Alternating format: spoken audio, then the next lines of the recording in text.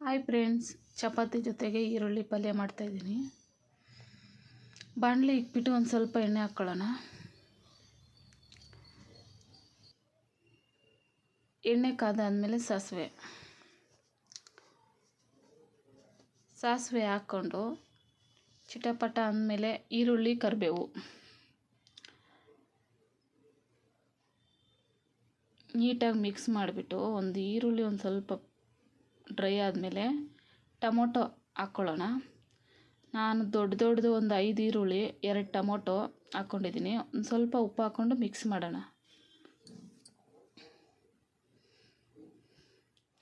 ಒಂದು ಸ್ವಲ್ಪ ಮುಚ್ಚಿಕ್ಕೋಣ. Tomato dry ಆಗಲಿ, ಬೆಂದಿರುತ್ತೆ ಟೊಮೊಟೊ ಚೆನ್ನಾಗಿ. ಮನೆಯಲ್ಲೇ ಮಾಡಿಸಿರೋ ಖಾರದ ಪುಡಿ 3 ಸ್ಪೂನ್ ಹಾಕ್ಕೊಂಡಿದ್ದೀನಿ ನಾನು.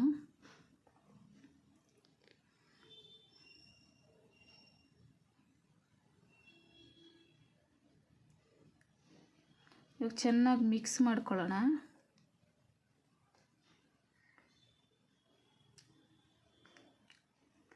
ಇದಕ್ಕೆ ಒಂದು ಸ್ವಲ್ಪ ನೀರು ಆ್ಯಡ್ ಮಾಡ್ಕೊಳ್ಳೋಣ. ಒಂಚೂರು ಜಾಸ್ತಿ ಹಾಕ್ಬಾರ್ದು, ನೀರು ಟೇಸ್ಟ್ ಹೋಗ್ಬಿಡುತ್ತೆ.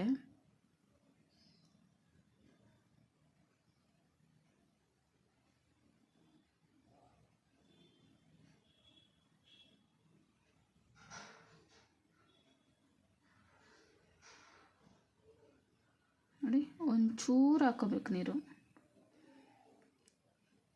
ನೀಟಾಗಿ ಮಿಕ್ಸ್ ಮಾಡ್ಕೊಳ್ಳೋಣ. ಇವಾಗ ಇದಕ್ಕೊಂದು ಸ್ವಲ್ಪ ಕೊತ್ತಂಬರಿ ಸೊಪ್ಪು ಆ್ಯಡ್ ಮಾಡ್ಕೊಳ್ಳೋಣ. ಅಂದರೆ ಅದ್ರ ಜೊತೆಗೆ ಚಪಾತಿ, ಇದಕ್ಕೂ ಕಾಂಬಿನೇಷನ್ ಚೆನ್ನಾಗಿರುತ್ತೆ. ಒಮ್ಮೆ ಮಾಡಿ ನೋಡಿ. ಇಷ್ಟ ಆಗಿದರೆ ಸಬ್ಸ್ಕ್ರೈಬ್ ಮಾಡಿ, ಶೇರ್ ಮಾಡಿ, ಲೈಕ್ ಮಾಡಿ. Thank you.